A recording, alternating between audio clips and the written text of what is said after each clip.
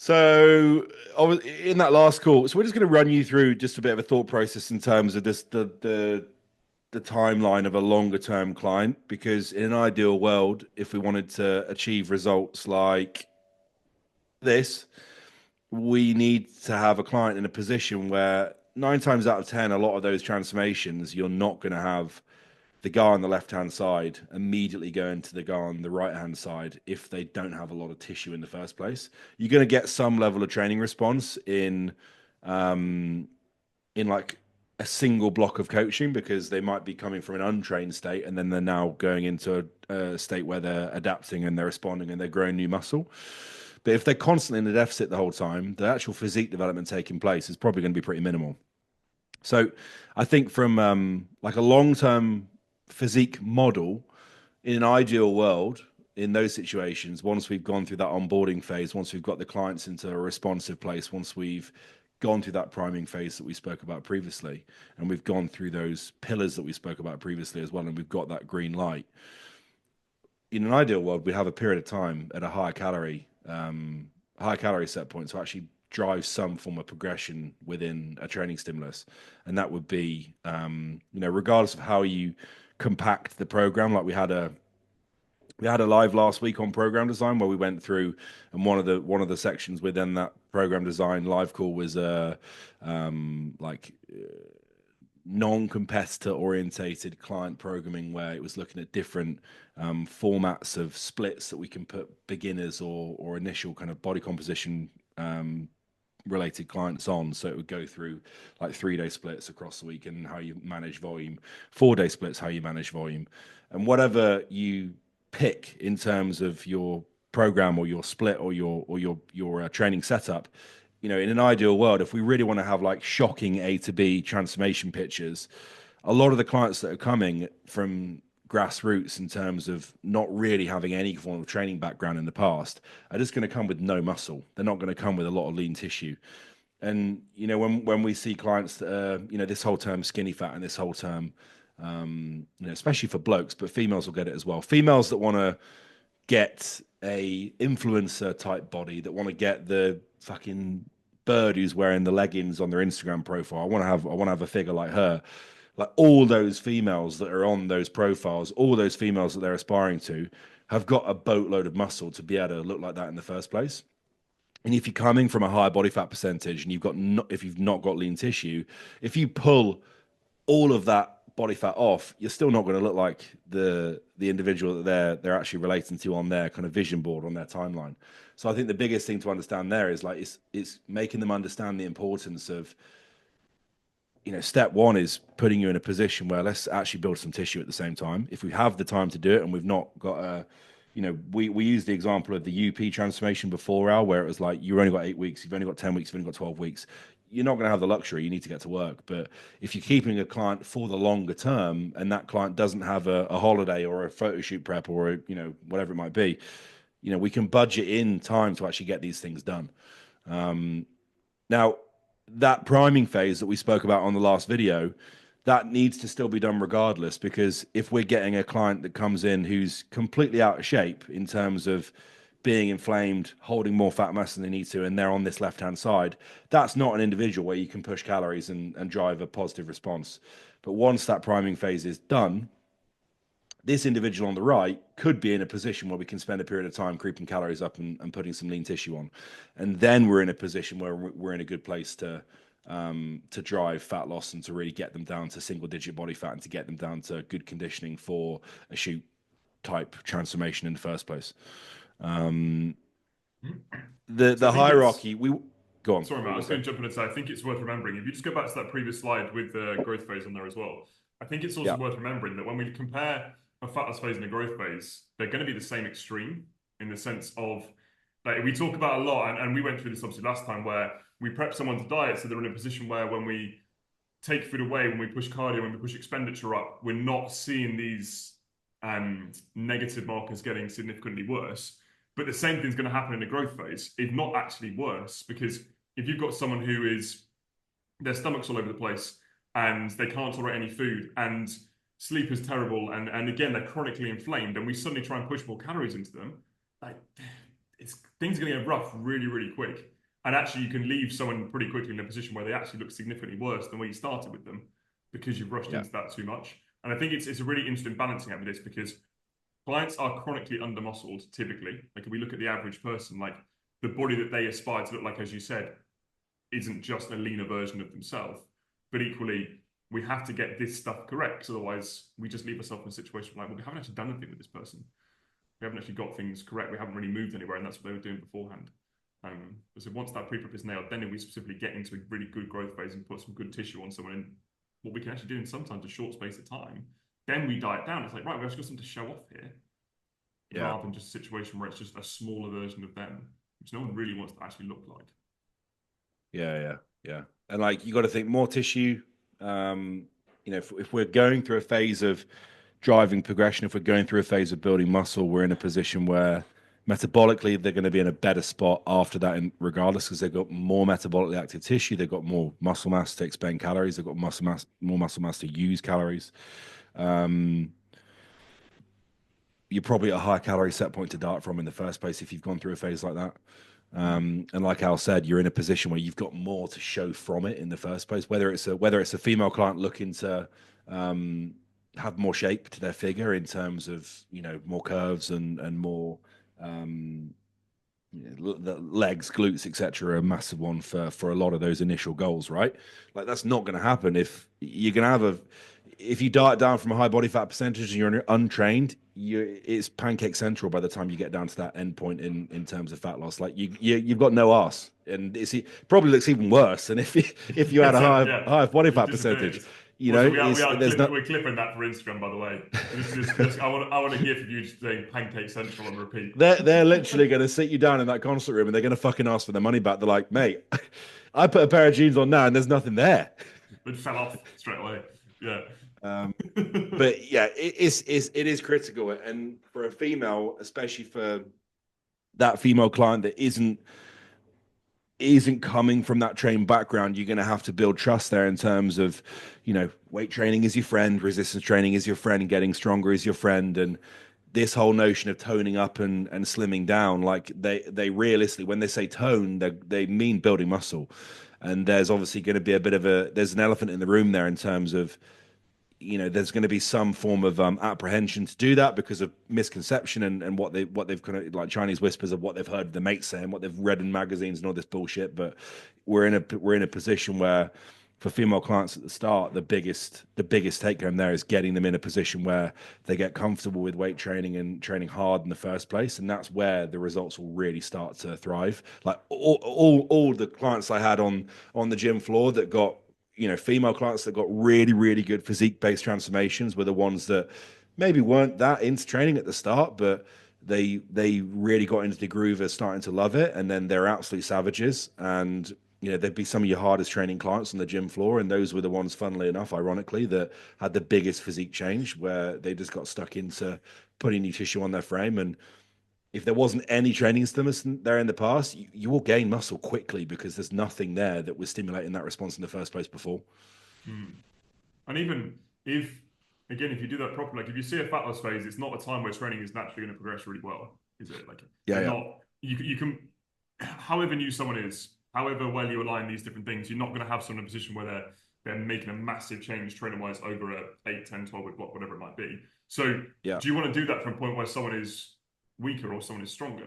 Like if someone's split squatting 20 kilo dumbbells compared to 6 kilo dumbbells, like if someone is chronically undermuscled and chronically weak to start with, and then you go into a diet, they're not going to actually be able to progress anything. They're just holding yeah, that weaker level rather than being in a position where you've been able to set a training foundation, set a strength foundation, get all those different bits together. So even if they still the same position where they're just maintaining loads they're lifting throughout the entire time, at least they're heavier in the first place. So yeah. they're potentially putting themselves in a position where they can at least grow, but at the very least they're retaining onto a much greater amount of tissue rather than just being Yeah, like a wasted away version of themselves. yeah, And yeah, also people find that way more fun, I found anecdotally as well. Training's way more enjoyable when actually you have the chance to get good at it and then you go into a diet. It almost feels like that self-imposed challenge of, oh, I've got less food in me now. Can I still lift this? Rather than I'm just training because I need to train and I'm burning calories and it's going to help towards actually putting me into a deficit. I think as soon as someone yeah, gets yeah, into that latter headspace, like they're not going to have the physique they want to look like because it's just survival mode. Yeah.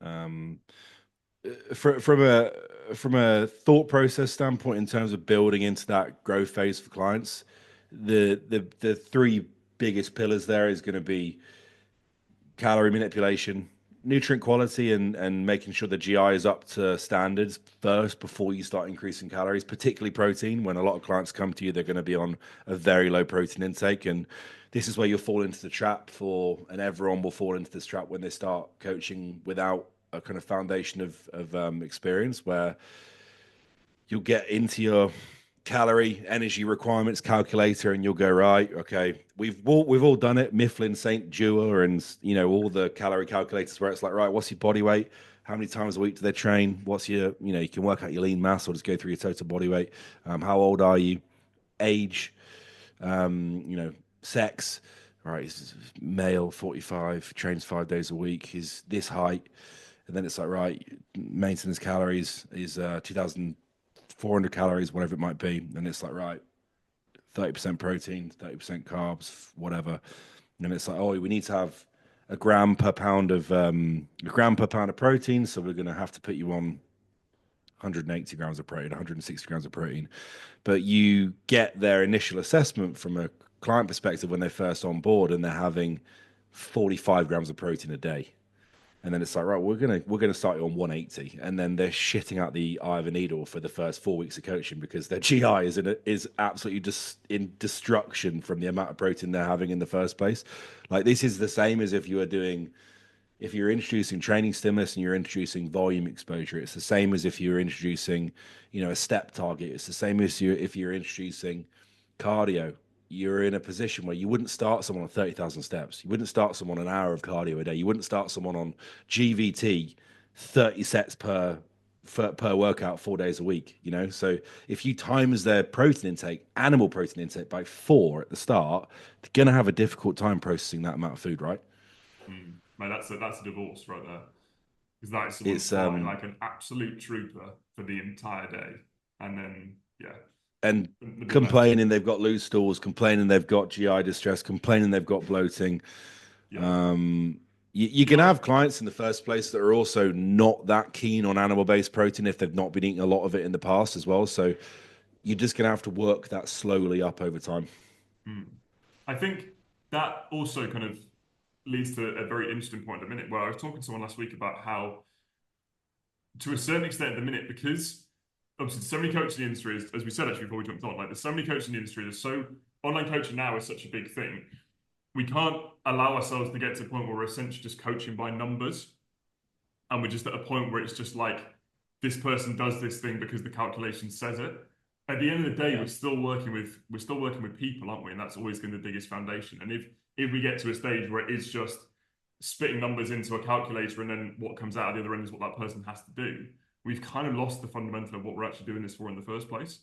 And I think that's the perfect example of it, where it's for most people in most situations, the best way of setting nutrition up to start with is get a food diary of that client, see what that person is eating to start with, see where numbers are, so calories, macros, etc., and then you make adaptations towards that. And rather than going, this is where that person's at now, and this is the perfect, I need to get there as quickly as possible. It's actually what are the positive steps I'm going to make in the first place to actually get them towards that point. Might be a case of, again, that same person's having 45 grams of protein a day. We add in a second protein serving, or we adjust around one of the main meals so it's rather than being like a teeny tiny snack, it's actually a proper meal. And then it's able to build on top of that. But I said, rather than just being a case of, oh, it's almost like that Little Britain thing. Do you remember Little Britain where it was David Williams dressed as a woman and the guy comes in and like asks for something and she's just sitting and goes, computer says no. Like it's almost the Yeah, same yeah, thing. Like it's yeah.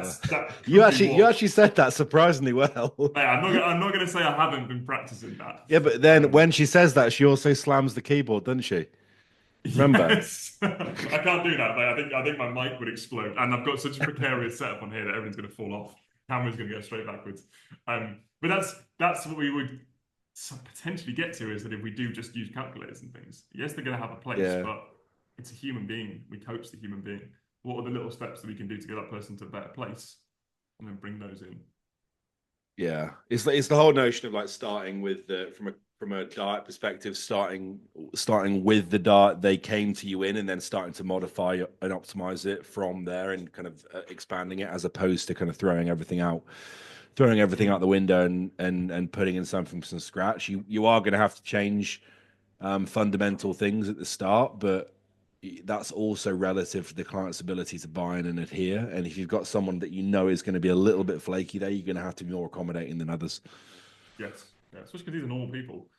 Like a lot of the time, coaches will be a much higher level athlete compared to what their client is, and they're going to be able to implement changes very, very easily. But a mum of two kids who also works a 9 to 5, it's a very, very different story. So Mm. we almost have to You've think in their shoes rather than just in our own. Yeah, I think in those situations you are in a position where it's sometimes poor adherence can be the coach's fault.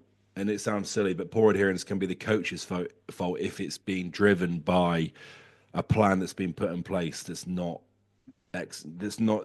not able to execute in terms of where they're at. Like Mm-hmm.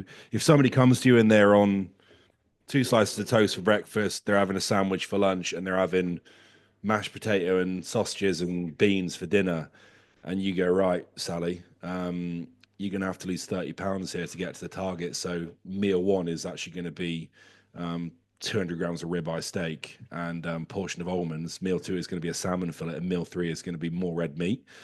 Like, Sally's not going to do that in your wildest dreams. But what you could do is you go, right, Sally, your current calorie intake is this right now. This is where your expenditure is. We're going to gradually start improving the food selection in your diet. We're going to gradually start adding in more micronutrient density. We're going to gradually start improving some of these food options, gradually building that protein intake, aligning the calorie target for the day with where we need to be, alongside your expenditure increasing. And we're going to pick better choices across the day that are still accessible for you in meeting where you're at. Like, that's going to be a client that is not going to have adherence issues. Whereas if they get sent the meat and nut breakfast, although on paper it's like, well, that's the most effective way of doing it, because they're going to mobilize body fat the quickest way by doing it this way. It's not going to work because it doesn't click with the client. You know. Mm. Yeah, yeah, Mm. absolutely. I think how many coaches don't eat that for breakfast? And I'd love to eat that for breakfast, but I haven't got time for it. However, the sausage, Well, mash, and beans, that is, yeah, I that would not is be elite changing level that. nutrition. Yeah, I yeah, could yeah. see a little bit of dribble come out your mouth as you were saying that, I'd high five her, to be honest. I'd be like, yeah, nice, nice, good, Just good girl, good girl. had that for each of your 3 meals. I don't Um, blame you, Sally. I don't blame you. and Um, you know what? That's actually very similar. So the second level I'm here with optimized sleep and recovery practices, it's actually very similar sentiment with that as well. Like if you look at like the classic example of someone who's sleeping for 4 hours a night and they're waking up numerous times within that, you're not going to come up to them and be like, "Excuse me, have you tried sleeping for 8 hours?" Because they're probably going to be yeah, like, "Yes, dickhead," and I can't for whatever reason. And yeah, you're not yeah, gonna suddenly get a very busy, like stressed CEO and be like, "Excuse me, have you tried an hour's meditation before you go to bed?" Because they're going to be like, yeah, yeah. "No." Like, Actually, I've got 4 kids to put to bed. Actually, yes, exactly. So what you're going to do is put yourself to bed first and leave them to fend for themselves. Like the Sims, man, just that sort of setup. Just that'll be how fine. It's not bad? that. How bad do you want it? Yeah, it's one of those Oh, things. the famous line.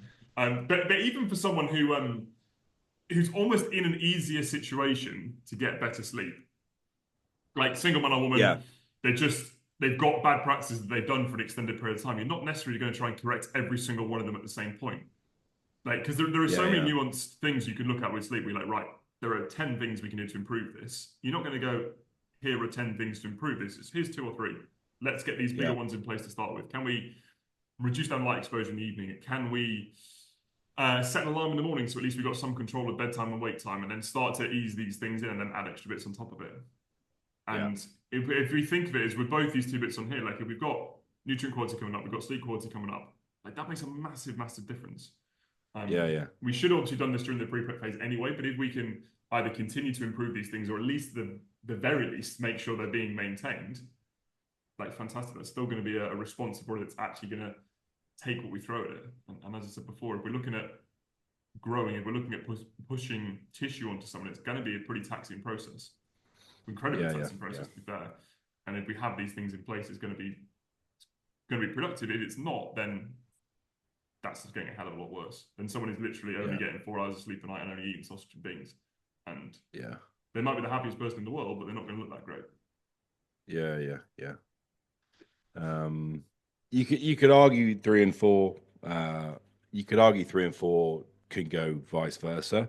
The only reason why I put progressive stimulus above um, execution to start with is because a lot of the um, very beginner clients that you're going to go with from a kind of coordination perspective for the movement patterns that you're doing, you're going to opt for stability and a more stable environment, and an exercise that they are going to be able to lock into and progress first and foremost. And if the ultimate goal there is to drive progression quickly, we're not going to make life too difficult for ourselves in the first phases of training in terms of actually skill acquisition of training. Even though, maybe if you're coming from more of a strength background in terms of teaching multi-joint exercises, teaching barbell compound exercises, teaching more technical movement patterns, that skill acquisition is going to be massive. But if it's body composition based and it's going to be a transformation based coaching process, we can't spend too long going through that if the underlying goal is results, because we need to get them working to drive that response in the first place. So I'd say the more advanced the client gets and the more tissue the client's got, both of them are just as important, but obviously we can't drive progression long term if the execution is poor. But I think in a lot of those starting clients, we need to get them in a position where they can start to learn how to work hard first and then start to kind of, you know, sharpen the blade from there. But if the effort levels are just non existent at the start, you're not going to get any response at all. Mm. It's like one thing I would do on the gym floor before would be you pick movement patterns that would be very easy for them to execute in the first place. You had a rough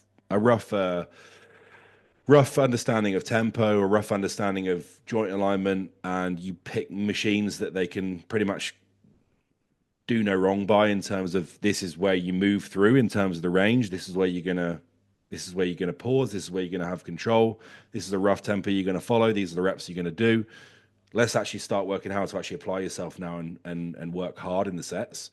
And then as that starts to build and they can start to get a bit of a foundation there, then we can start to get into the intricacies of like, let's start to contract tissue more consciously now in terms of effort in the set itself. Let's start to get more conscious effort and tension being pushed through those sets.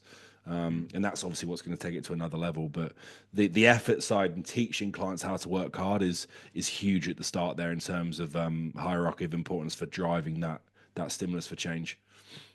And to a certain extent, those two things can actually go hand in hand.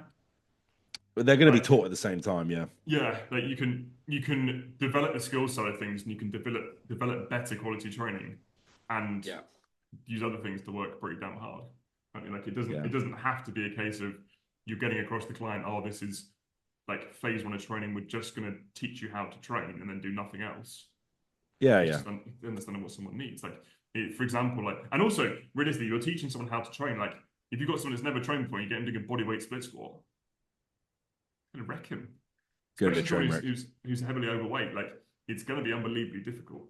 It's Yeah, just understanding, yeah, what is more important to begin with. What are we going to put into place, and then what can we then kind of build over time, and even the client situation. Um, yeah, but it's a similar thing. You know how in our previous one we went through with that pre-prep phase, like you don't have to see that as a phase where nothing's actually happening and you're not actually going anywhere. yeah, Like yeah. when you correct all this stuff, as you can see from pictures, like the visual change you can get coming through can be wild. It's the same thing with Mm, training. Like just because someone's doing an initial block where you are developing execution, you're developing control of their own body and being able to control load, like they're still going to make a significant change during that, because if that's the level mm, that they're at, that's going to be a huge amount of stimulus they're not used to in the first place.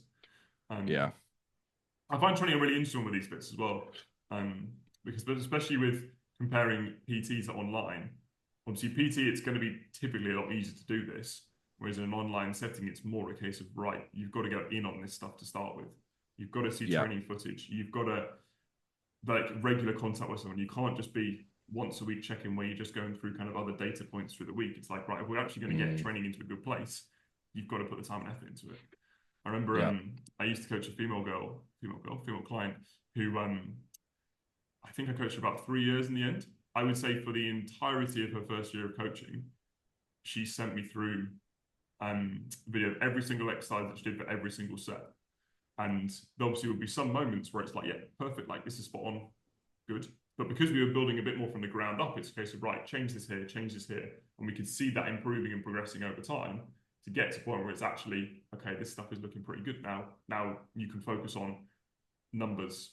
Like, let's see where things are actually looking from a logbook standpoint. Are things progressing in the right direction because we've done the time in the first Yeah, yeah, place? But she would be a good yeah. example of if a coach went into that and was just like, right, we're going to focus on that to start with. She's progressively underloading stuff because it's getting worse. It's going in the opposite direction Yeah, to what you want. Um, but yeah, so for any online, solely online folk, like you need to see training footage. You have to, especially if you're trying 100%. to Yeah. grow this stuff, because otherwise it's you've got to know what else was doing.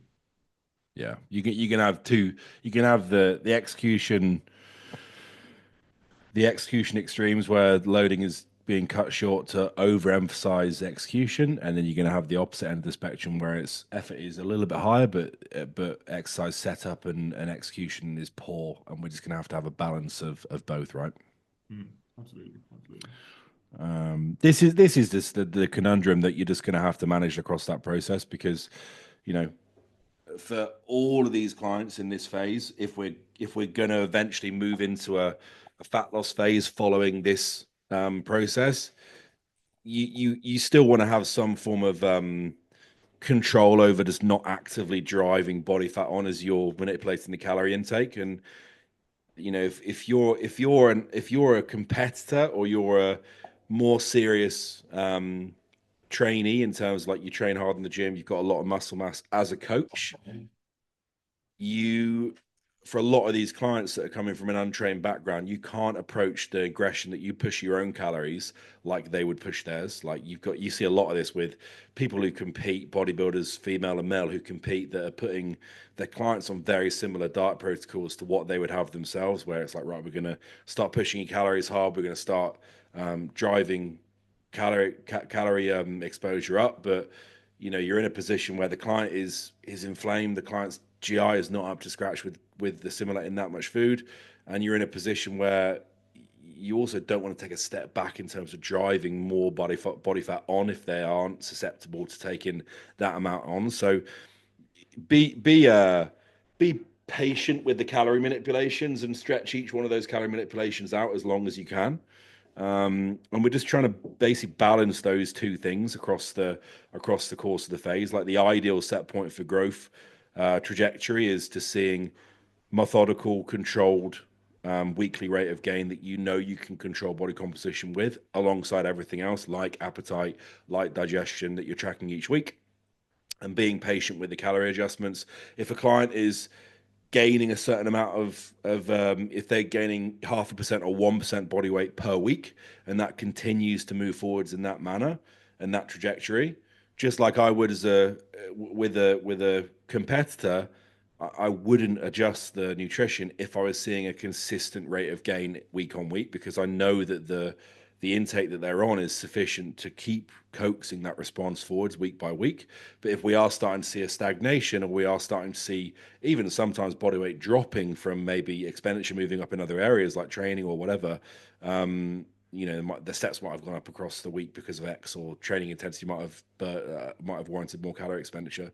We may need to then nudge calories forward, but it's just a constant tandem between pushing enough in to drive that response, adaptive response, but trying to keep adipose controlled at the same time. Hmm.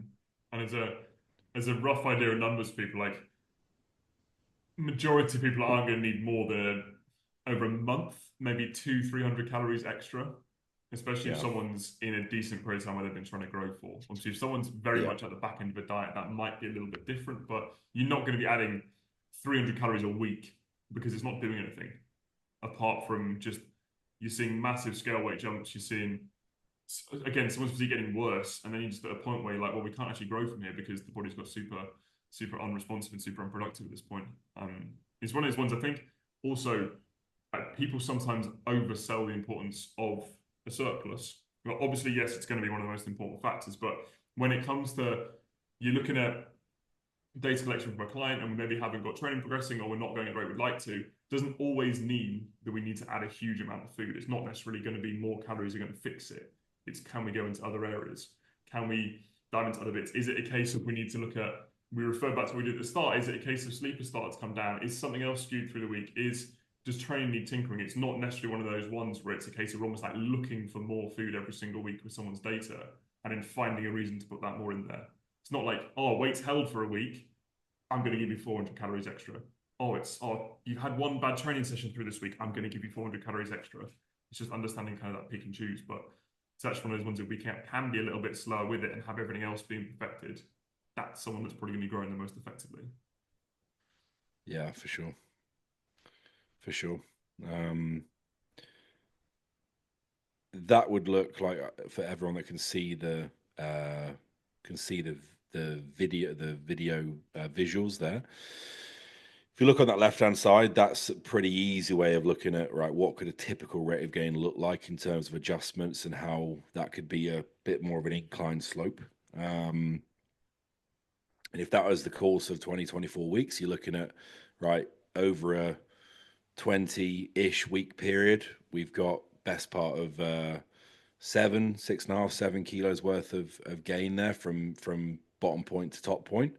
And this would, for example, this would probably be a male in that situation because a female might be a little bit less when we were looking at controlling body composition. But that could be mixed, and usually this is how I'd approach it with an athlete as well, where I'd have a period of time in that 20 weeks there where I'd have 3/4 potentially might be spent in a surplus where we're driving either changes or we're letting the body respond, and I might have a pocket of time or a couple of pockets of time where I pull back across that process.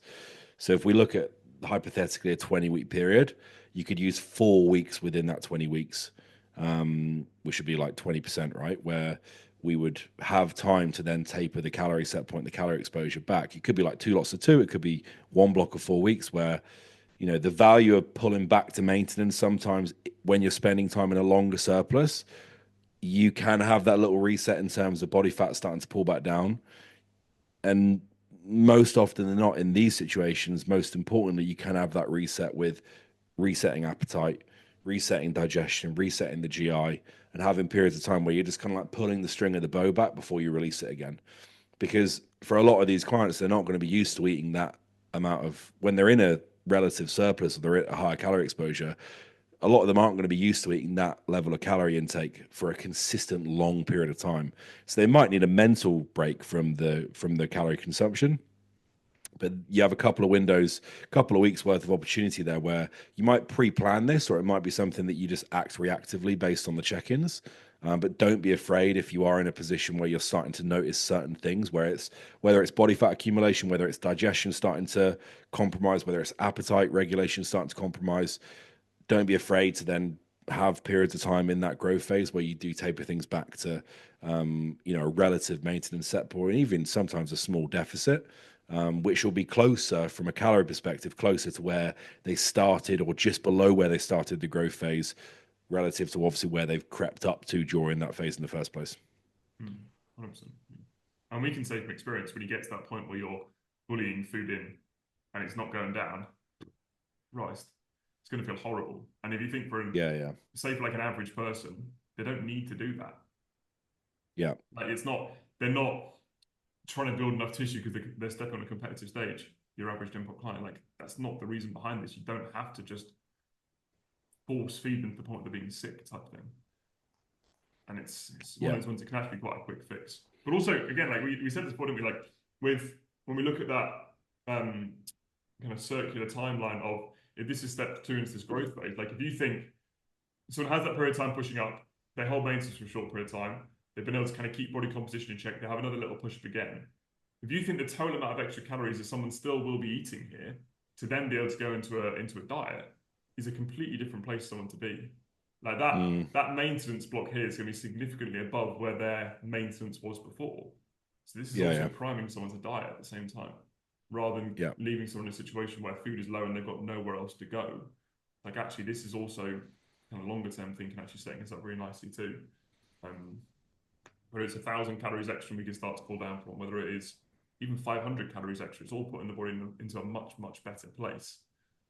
Yeah. Rather than being at a stage where you're like, well, we've got 8 weeks until someone's holiday or until whatever it is they might be dieting for, and you've got nothing else that you can do, because that is the worst place to be as a coach. So it's almost like a Yeah. Yeah. double win as soon as we get this right and we get it into place. Yeah. For sure. Actually, Carl, Um, what was the highest your food ever got to? I know you've had some wild numbers when you were uh, I think I just stopped tracking. I think I got to a point where I was having it.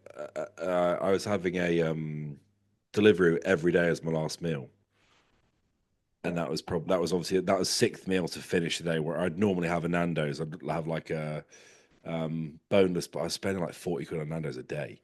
I was having like a boneless platter Nando's and then two portions of either chips or spicy rice. But I was doing that pretty much every single day, and that would be my sixth meal. But to be honest, mate, that time sounds bad, but that time where I finished competing in 29, I stopped my prep in 2019, and I pushed really hard for best part of a year and a bit. I stopped just before that first. Well, I stopped in the first lockdown actually, mm, or maybe just before the first lockdown. But that's where I went from like I think my stage weight was like 218 pound, which you can actually see a photo for people that are actually watching the videos. That's me here on he stage. is. I told you you'd have count in his pants.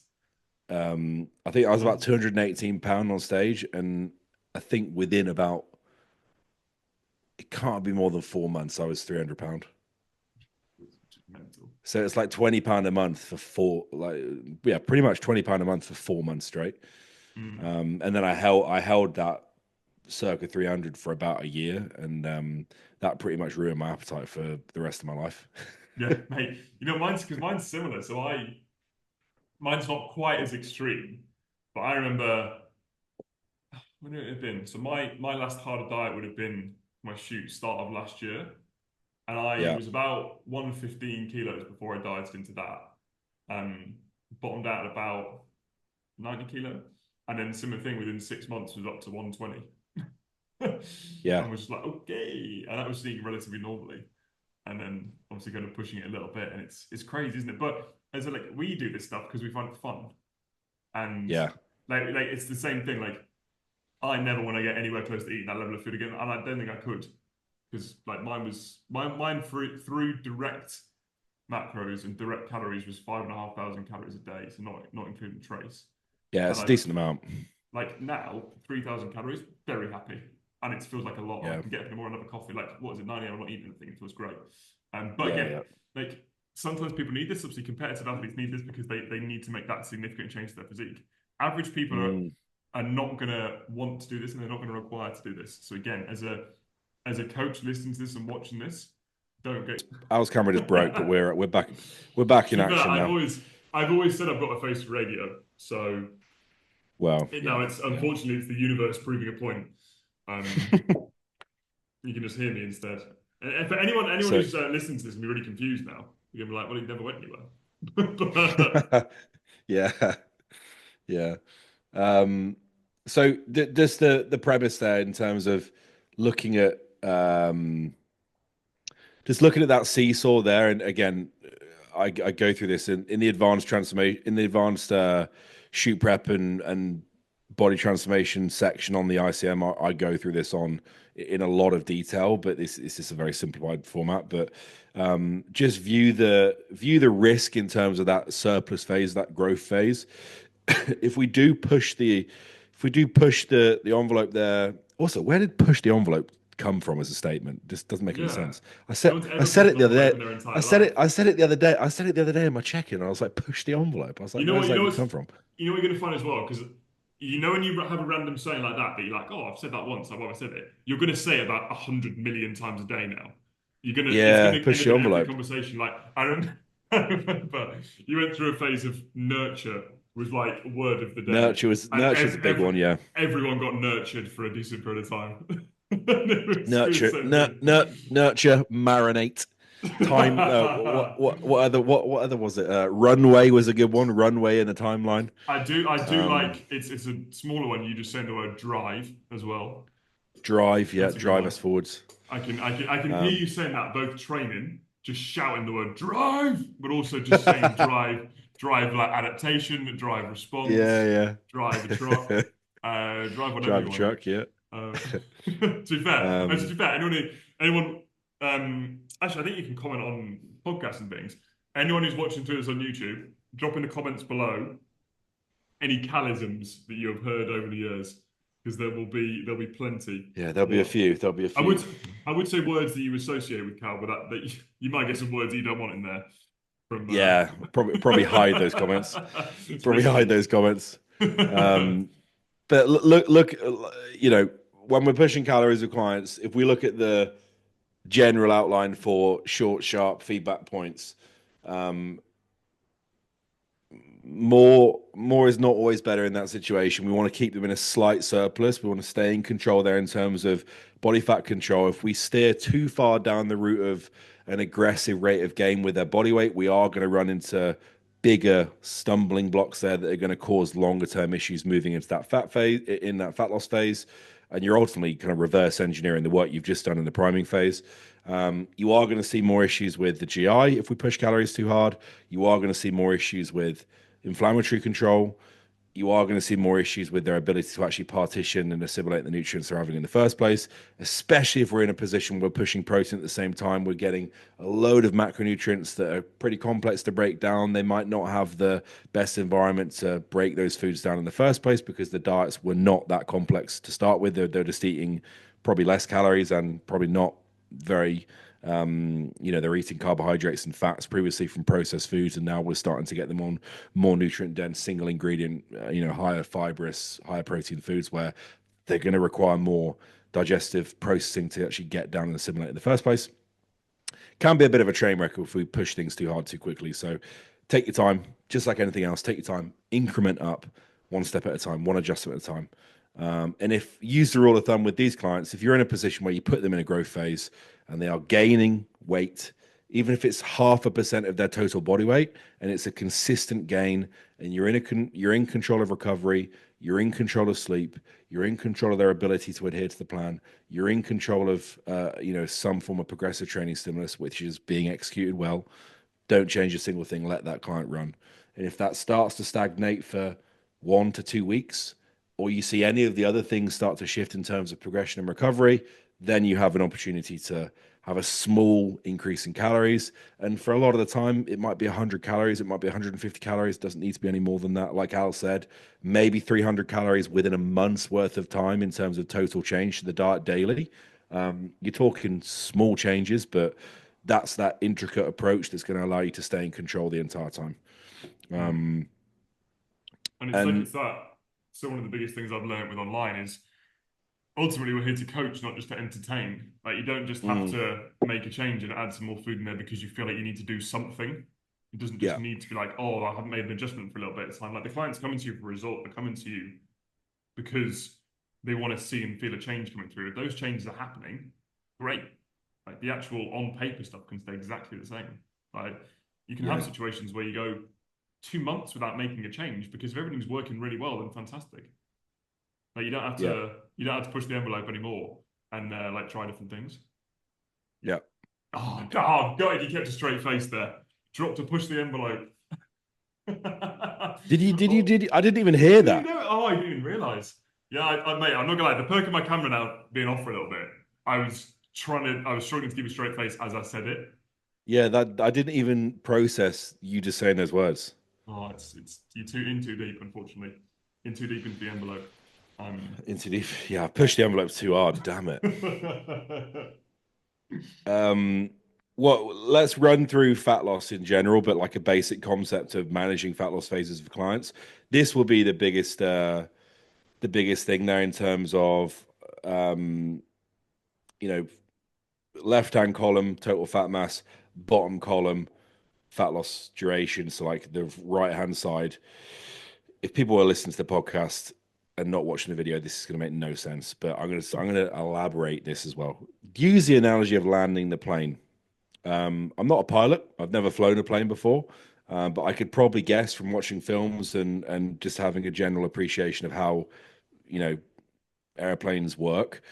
When you're descending in a plane, the descending from high altitude is going to be a quicker, more aggressive drop. And then the closer you get to the floor, it's going to be a smoother, less aggressive kind of descent, right?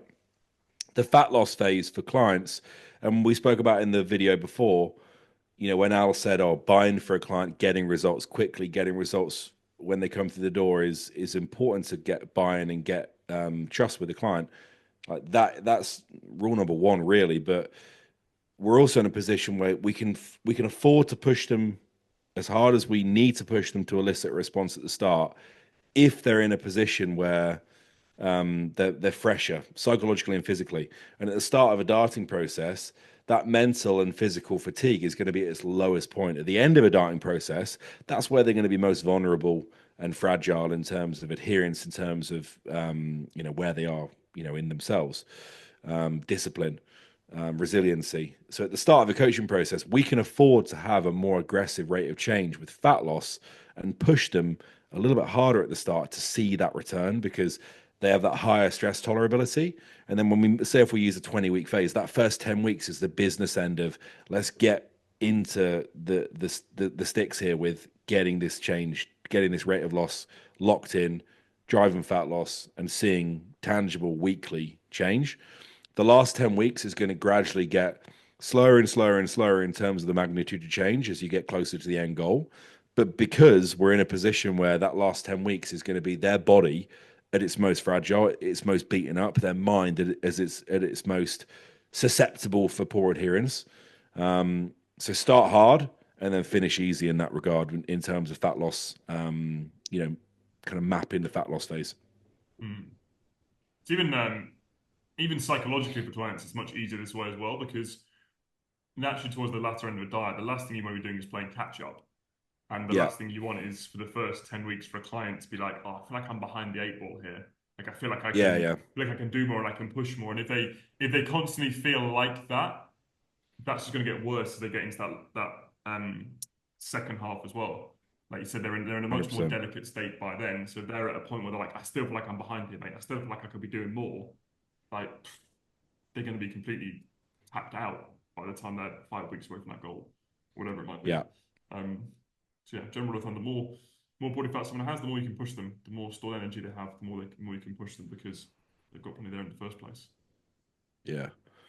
Um, that kind of get. I won't talk through this, but it will go through how you could integrate diet breaks within that in terms of the deficit as a whole. Like stage one will be more aggressive, stage two would be like the sweet spot for fat loss, stage three would be the finishing touches. But again, it's elaborated a little bit more on the module on the site, but it's not as applicable to talk about at the moment. What we will talk about now is just tying in the concept of tying in those phases together and the importance for us of maintenance phases. Like you're essentially treading water for a period of time, but you know the maintenance phase between the growth phase and the fat loss phase, and the maintenance phase out of a fat loss phase back into more of like a homeostatic maintenance set point and into a surplus. Like those are the phases that are going to really dictate the success of the next. And you view that as two sides. So there's two there's two like critical points that maintenance phases prove very valuable. Moving from a surplus into a deficit, where something that I'll see really commonly with competitors, particularly females, because we tend to see like a little bit more like metabolic flexibility in terms of how high they can push calories relative to how low they need to pull calories to actually lose body fat. And you'll find like it's relative to like lean mass being built over time. If you've got a female that was getting like stage photo shoot lean or whatever it might be on 1,300 calories at the end of a deficit, and in a year's time they have another diet, like they haven't built that much tissue in a year. It might be 1, 2, 3 pound maximum lean tissue probably for most people. So like, what's the difference in calorie requirements daily, energy requirements daily from 2 pounds of lean tissue? It's not gonna be that much. It's gonna be 100 calories, whatever it might be. So they're probably going to have to go back to a pretty similar calorie set point at 1,300 to get that lean again.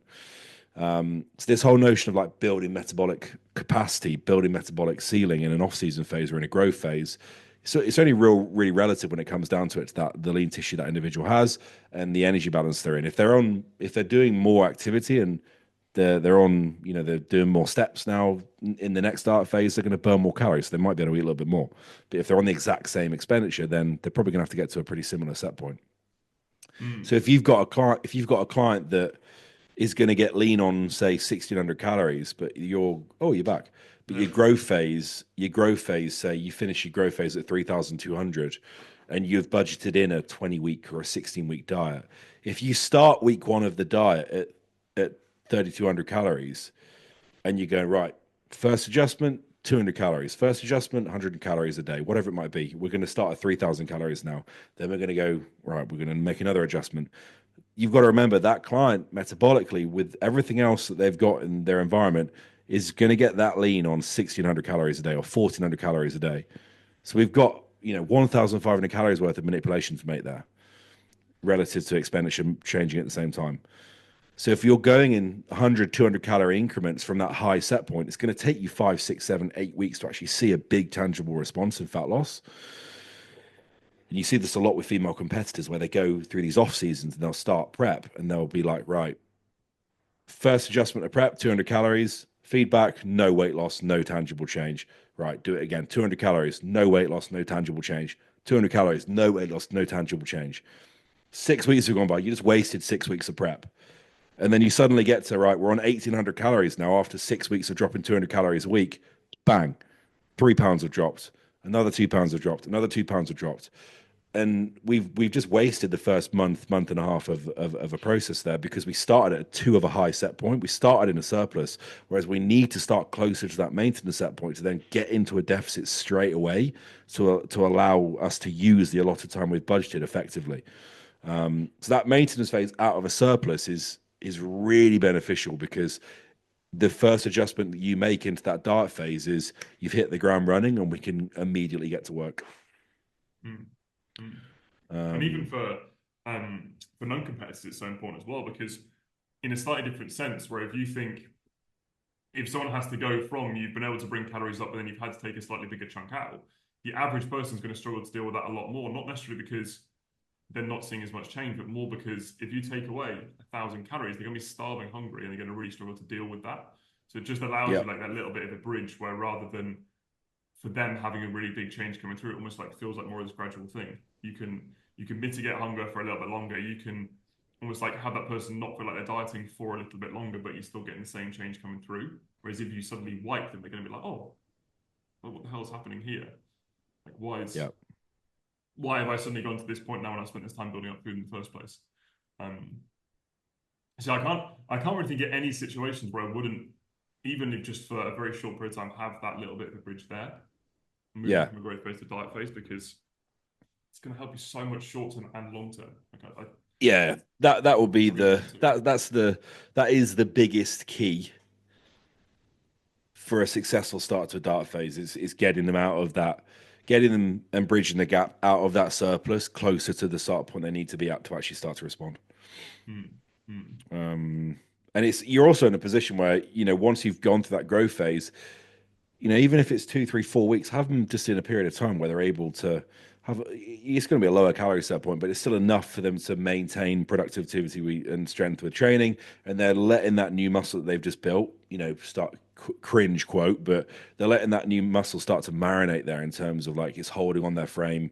I almost hate myself for even saying that now because everyone uses it, and it's just like yeah, muscle marination is like fuck off. I swear you brought that in. You start. I It's like was something I'm pretty sure I was the one that created it. you brought. This is so many things in the industry that you will have said, and everyone else started saying them. It's like Uh, very strict Chinese whispers. Um, I should have just like taken out loads of trademarks a couple of years ago and just started to like trademark oh the mate, words. you'd be a millionaire by now. The amount of things I'd that be a people say millionaire. now. Oh, driving Um, marination. Driving marination. But yeah, like it's a really useful period of time. And the other one for us in terms of getting back to, and again, there's a whole module on post diet management and how to nail adherence and how to adjust nutrition incrementally after a deficit phase, after a photo shoot prep in a safe manner. And you can pre-plan a lot of this as well. But how do we take clients out of diet phases without them losing the plot and without them spiraling out of control? Getting back to that maintenance set point as quickly as possible is going to be the safest bet for most of those individuals. That slow reverse diet and kind of dangling the carrot for longer when you've not got that imminent goal of a shoot or an end date, it's a very dangerous place to be because the client's not got that external motivation, but they have got the hunger signal and they have got the low satiety. They've got the low satiety and high hunger. You're in a position where you're in a you're in a catch 22 there in terms of being able to be fulfilled. Um, so we want to be in a position where that maintenance phase allows us to move out of that deficit phase into a position of control straight away, where we can still have some form of control over satiety and dietary adherence, get back to a diet set point they can stick to and they feel satiated from, and then we can start moving beyond that. We don't want to be in a position where we underplay the calorie reintroduction in terms of extending the time they're in a deficit, because they're going to do it. They're going to cheat on the diet anyway and just get up regardless if you do it or not. You see, either they do it out of their own back or you tell them to do it. I'd rather tell them to do it and stay in control. And you're in a position where you're not blowing miles past that and going into a massive surplus straight away, because post diet, post deficit, where an individual's leaner, we are very insulin sensitive in that phase, but we are also very fat sensitive in that phase as well. So a very quick way of accumulating a lot of body fat in a short space of time is moving from an immediate post diet phase into a very high calorie diet, a very high fat, high calorie diet. And you're in a position where you'll feel great for the first 3 or 4 days. You'll get crazy pumps in the gym. You'll feel fantastic. Give it a week, give it 2 weeks, give it 3 weeks. You'll hate yourself.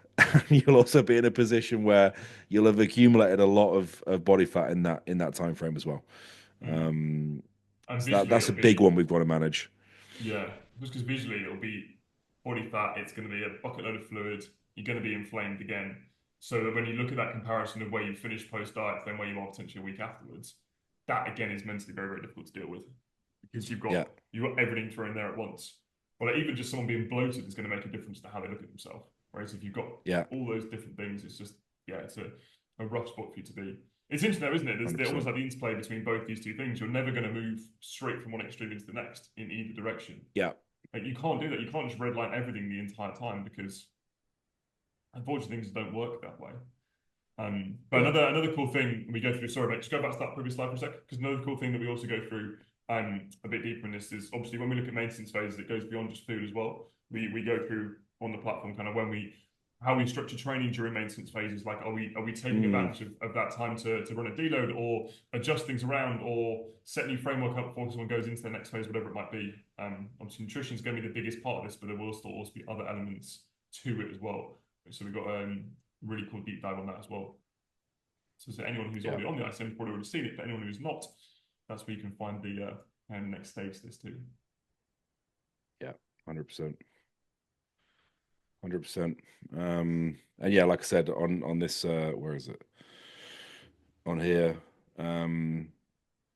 you're just helping solidify progression at both ends of the spectrum there, and you're just maintaining the habits that you achieve the response with after the response has actually happened. Like for a diet phase, if you're looking at clients sticking, if you're looking at clients like really good coaching, um, especially for like body composition based clients that are losing a lot of body fat for the first time, like the sign of really good coaching is being able to see that client in 3 4 months after the transformation is done still be in a great place, still being in a position of control, still having great habits, still having great daily routine, and that's bred into them in that process. But you've got to coach that bit and give them the skills to actually do that in the first place, because if we just let them go loose at the end of a phase like that, it's going to be a train wreck because they don't know how to behave. They don't know how to manage that. If anyone's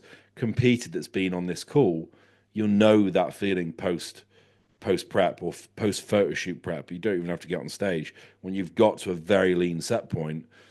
The first the first 24 hours, the first 48 hours, the first couple of weeks, those decisions will have a massive impact on the next couple of months. But you're not in the same headspace that you would have been pre-diet.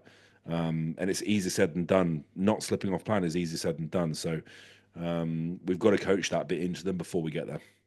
Mm. It's even like sometimes doing a refeed or a diet break is actually sometimes the hardest part of the diet for people, isn't it? Where Yeah, when food is low and everything's so black and white in terms of you just basically having to say no to everything, it's actually sometimes easier. Whereas then when you get yeah, that extra little bit of flexibility, it's like a little chink in your armor back. That's the yeah, point where you kind of like you almost get into your own head again. Whereas sometimes it's yeah, easy just to just be complete robot and just doing what you have to do. But again, if you're not prepared for this, then yeah, it's a damn tough ride. yeah, for sure. Full show. Right, let's see when you pants again. I can see the next slide. There we There he go. is, Skeletor. Also, we didn't Let's mention go this this way. earlier. Undefeated. 1-1. Surprised you're Don't not tell wearing your Victor Black. medal right now, but Don't tell Victor because apparently if you haven't competed for many years, you aren't a good coach. So I'm gonna hang up and retire, sadly. no, Um, that's actually you just need to compete again. That's what it is. That's the next I need round. to. Okay, fine. Okay, don't tell Hannah. Just don't tell Hannah. But yeah, it gives you a little bit of a breakdown there in terms of thought process around management in terms of the full spectrum in terms of right taking clients through those different phases. But I think a take home there in terms of a commonality in both is just control and less is more in those situations for a lot of the time. And I'd rather make an adjustment in a controlled manner and be able to make another one again soon than be in a position where I've kind of pushed the envelope a little bit too hard and then I've had to pull things back, whether that's training volume, whether that's you know, whether that's intake. I'd rather be in a position where I can make a small adjustment, assess how the client responds from that, see that on paper, see that visually, and then go, right, we're going to repeat that and continue in that manner, as opposed to jumping the gun and making changes that are too aggressive and then having to backtrack. Because that even just backtracking a client is damn tough as well. Like Yeah, you end up correcting yourself, which loses trust straight away. Where you told someone something and then suddenly you've had a change of heart and change of decision, and they're gonna be like, "Well, what the hell is going on here? yeah, Like, why should I almost like why should I listen to anything that you're saying?" So yeah, yeah, baby steps, 90% of the time would be a much better way of doing it. 100%. 100%. Any last closing thoughts, Al? Um, no, I think that's a really good broad view for people there on kind of those bits. So we've gone down a couple of little rabbit holes, but I said the exciting thing is this is genuinely just scratching the surface of what is actually within the ICM. Like Yeah, we've got hours and hours of content on there. So um, for anyone who wants to find out more about this stuff, we've got so many different sections on there now as well in terms of going into different bits. Like that's the place to find extra levels to this. But equally at the same time, over future episodes on here on the podcast, we're actually going to be going into things a little more as well. Kind of similar to what we've done in these first two, kind of touching on subjects, going on some pretty cool stuff, taking the piss out of each other. Um, and hopefully always. we'll see you guys. We do live calls in the community as well, so hopefully we'll see you guys on one of those very, very soon. When's the next one? Monday. Next is Monday, so we actually got an open Q&A on Monday. Monday Okay, will that be the 9th? Cal sweet. isn't checking there to see for you guys. He is checking to make sure that he remembers. Obviously, it's in my That diary, but would. just remind me when it is. When's the call again? Just remind the audience and me when the next one is. No, it's all good. I'll be there. I'll be there. Beautiful. Good Cool. episode All for right. Tom. Cheers for listening, guys. Any questions? Feel free to drop them in the comments. Anything that you would be interested in seeing on the channel in terms of discussion points or points to delve into, or even if you want to start dropping in client case studies that you're not quite sure of that we might be able to include in like a far from the hip situation on the next episode. We'll run through that because we do have that feature within the platform on the forum that you can ask away. So we can do little bits on here as well. Mhm. And yeah, thanks for listening, and we'll catch you in the next one.